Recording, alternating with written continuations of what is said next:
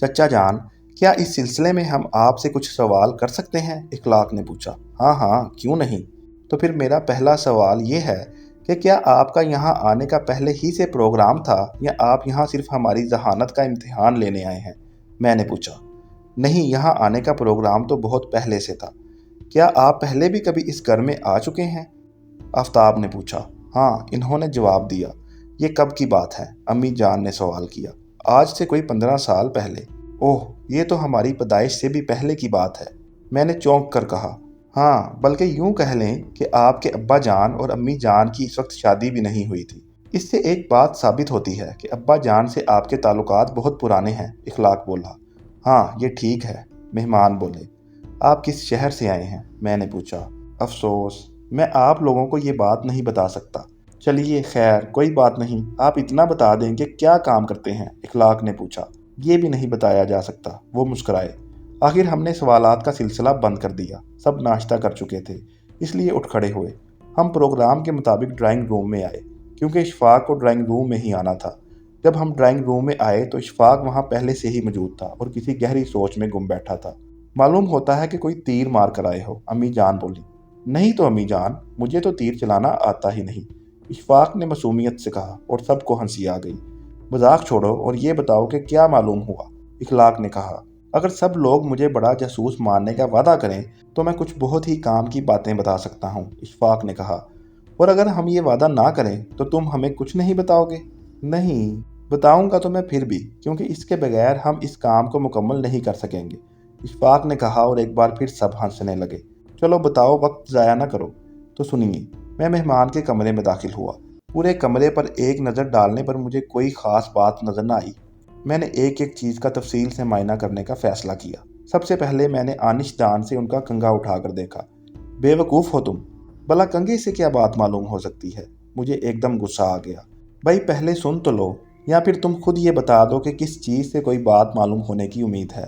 امی نے نرمی سے کہا، پھر اشفاق سے بولی، ہاں تم اپنی بات جاری رکھو۔ جی بہت اچھا۔ ہاں تو میں نے کنگھے کو غور سے دیکھا، اس میں کچھ بال الجھے ہوئے تھے، وہ جاپان کا بنا ہوا تھا۔ اس لیے تم نے سوچا کہ مہمان جاپان سے آئے ہیں؟ آفتاب نے مذاق اڑانے کے انداز میں کہا۔ اشفاق نے اس کی بات کاٹ کر کہا، اگر تم آرام سے نہیں سنو گے تو میں آگے ایک لفظ نہیں بتاؤں گا۔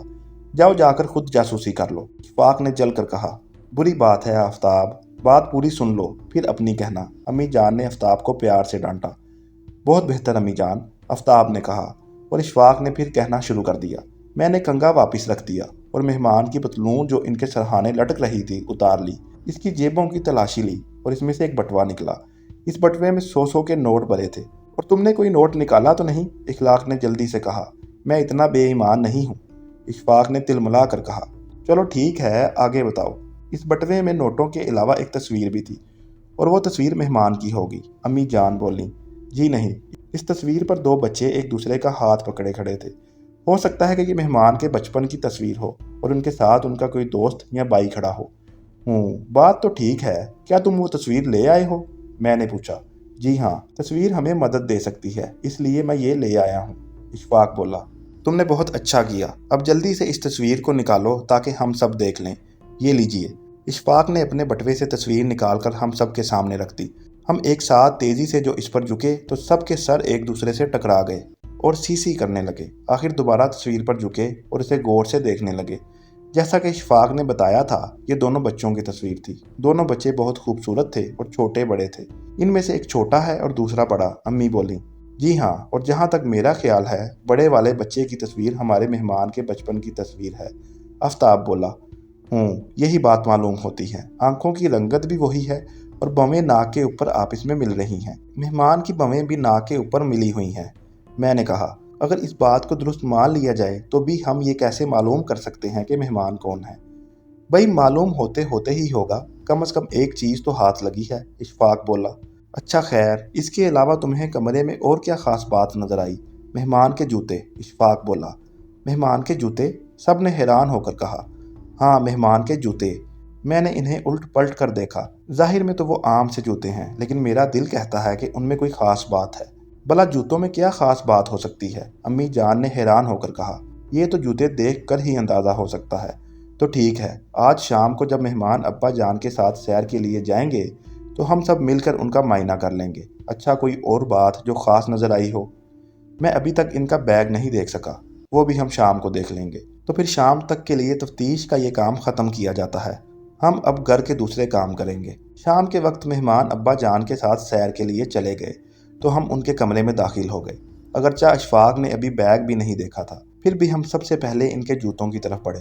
وہ سیر کے لیے جاتے وقت ہوائی چپل پہن گئے تھے، اس لیے جوتے کمرے میں ہی ان کی چارپائی کے نیچے موجود تھے۔ اشفاق نے جوتے اٹھاتے ہوئے کہا، یہ دیکھیں، اس کا تلا کتنا موٹا ہے اور جوتے وزن دار کتنے ہیں۔ آخر اتنے موٹے تلے کی کیا ضرورت ہے جبکہ مہمان کافی لمبے آدمی ہیں؟ اسی طرح ایڑی بہت اونچی لگی ہوئی ہے۔ مجھے تو اس جوتے میں کوئی خاص بات نظر نہیں آتی، عام سا جوتا ہے اور آج کل اسی قسم کے جوتوں کا فیشن ہے۔ اخلاق نے رائے دی، بالکل ٹھیک، اس جوتے میں کوئی خاص بات نہیں ہے۔ آفتاب نے اس کا ساتھ دیا، ذرا میں بھی تو ایک نظر دیکھ لوں، میں نے جوتا لیتے ہوئے کہا۔ میرے ساتھ امی جان بھی جوتا دیکھنے لگی۔ یہ ٹھیک ہے کہ یہ جوتا بالکل عام جوتوں جیسا ہے، لیکن اس میں ایک بہت ہی عجیب بات ہے، اچانک میں نے کہا، اور سب مجھے چونک کر دیکھنے لگے۔ عجیب بات؟ کیا مطلب؟ امی جان نے کہا، دائیں جوتے کی ایڑی بائیں جوتے کی ایڑی سے زیادہ لمبی ہے۔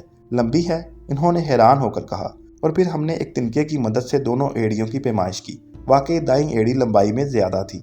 اگرچہ یہ اونچائی میں زیادہ ہوتی تو ہم سوچ سکتے تھے کہ شاید مہمان کی ایک ٹانگ دوسری ٹانگ کے مقابلے میں چھوٹی ہے، لیکن ایڑی تو لمبائی میں زیادہ تھی اور یہ واقعی بہت عجیب بات تھی۔ اور جہاں تک میرا خیال ہے، لمبی ایڑی والا جوتا دوسرے سے کچھ وزنی بھی ہے۔ میں نے دونوں جوتوں کو ہاتھوں میں تولتے ہوئے کہا۔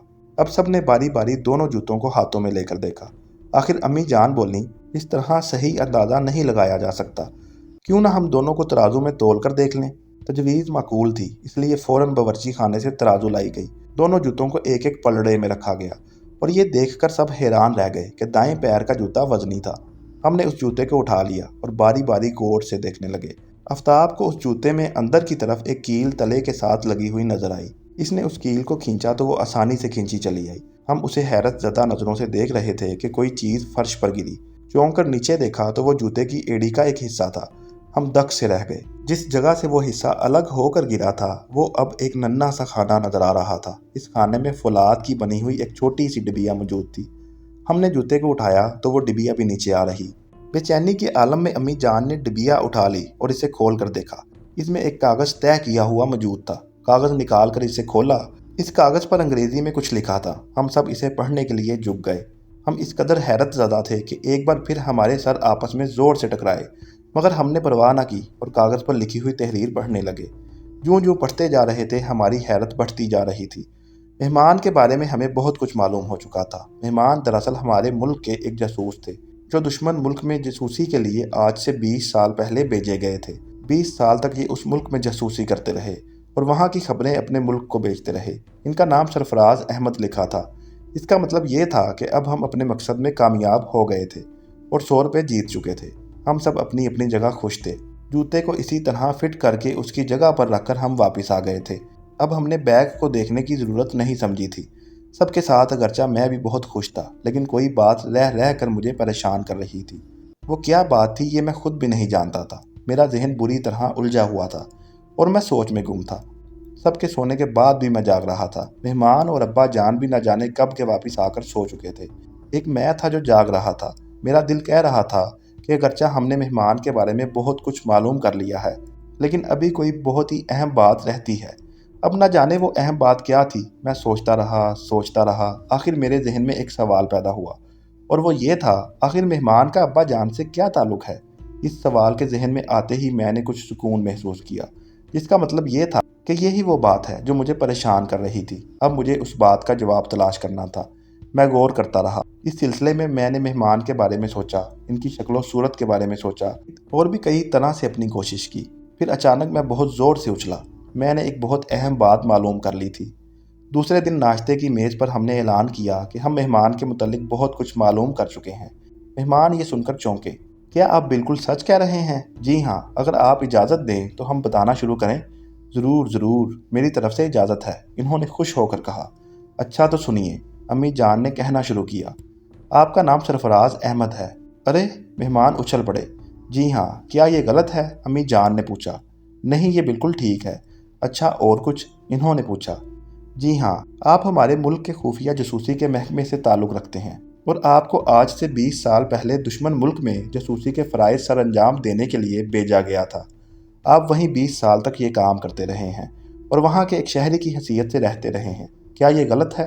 نہیں بھائی، کمال ہے، یہ تو آپ نے بالکل ٹھیک بات بتائی ہے۔ اور کچھ؟ انہوں نے کہا۔ اور کچھ کیا، سب کچھ تو بتا دیا، امی جان بولیں۔ ہاں یہ بات ٹھیک ہے، آپ لوگ 100 روپے کا انعام جیت چکے ہیں، یہ لیجئے، انہوں نے کہا اور جیب میں سے 100 روپے نکال کر ہماری طرف بڑھائے۔ ٹھہریے چچا جان، یہ ٹھیک ہے کہ ہم آپ کو بہت کچھ بتا چکے ہیں اور 100 روپے کے انعام کے حقدار بن گئے ہیں، لیکن ابھی ایک بات رہتی ہے، اگر اجازت ہو تو وہ بھی بتا دوں۔ ابا جان اور مہمان کے ساتھ میرے بہن بھائیوں اور امی جان نے بھی مجھے حیران ہو کر دیکھا، کیونکہ ان کے خیال میں تو جس قدر بات ہم نے معلوم کی تھی وہ امی جان بتا چکی تھیں۔ اگر کچھ اور بتانا باقی ہے تو ضرور بتائیں، مہمان بولے۔ تو سنیے، آپ ہمارے چچا جان ہیں، میں نے ایک دم کہا۔ ہاں بھائی وہ تو میں ہوں، مہمان نے ہنس کر کہا۔ یہ تم نے کون سی نئی بات بتائی؟ ظاہر ہے کہ ابا جان کے دوست ہمارے چچا جان ہی ہوں گے، اور کیا، ہم سمجھے تھے تم کوئی حیران کر دینے والی بات بتانے چلے ہو۔ امی جان نے مجھے گور کر کہا۔ لائیے چچا جان اب ہمارا انعام، اخلاق بولا۔ ٹھہرو بھائی، میں نے جلدی سے کہا، آپ لوگ میرا مطلب نہیں سمجھے۔ میرا کہنے کا مطلب یہ تھا کہ چچا جان واقعی ہمارے چچا جان ہیں۔ چچا جان واقعی ہمارے چچا جان ہیں؟ کیا مطلب؟ آفتاب نے حیران ہو کر کہا اور سب چونک کر مجھے گورنے لگے۔ جی ہاں، یہ ہمارے سچ مچ کے چچا جان ہیں۔ بھائی صاف صاف کہو، تم کیا کہنا چاہتے ہو؟ امی جان نے تنگ آ کر کہا۔ میں نے جیب سے وہ تصویر نکالی جو چچا جان کے پرس میں سے نکلی تھی اور جس میں 2 بچے ہاتھ پکڑے کھڑے تھے۔ میں نے ان سب کو یہ تصویر دکھاتے ہوئے کہا، یہ دیکھیے، یہ چچا جان کے بچپن کی تصویر ہے۔ اس تصویر میں آنکھوں کو غور سے دیکھیں، بری ہے نا؟ اور بویں ناک کے اوپر آ کر مل گئی ہیں۔ یہی چیز دوسرے بچے کی تصویر میں ہے۔ اب ذرا ابا جان اور چچا جان کی آنکھوں اور بووں کو غور سے دیکھیں۔ یہ کہہ کر میں خاموش ہو گیا۔ سب نے ابا جان اور چچا جان کی طرف دیکھا اور پھر اچھل پڑے۔ دوسری طرف ابا جان اور چچا جان مسکرائے جا رہے تھے۔ تم لوگ جیت گئے، یہ بالکل ٹھیک ہے کہ یہ تمہارے سگے چچا ہیں۔ ان کے بارے میں نے تمہیں آج تک اس لیے نہیں بتایا تھا کہ یہ معاملہ بہت ہی رازدارانہ تھا۔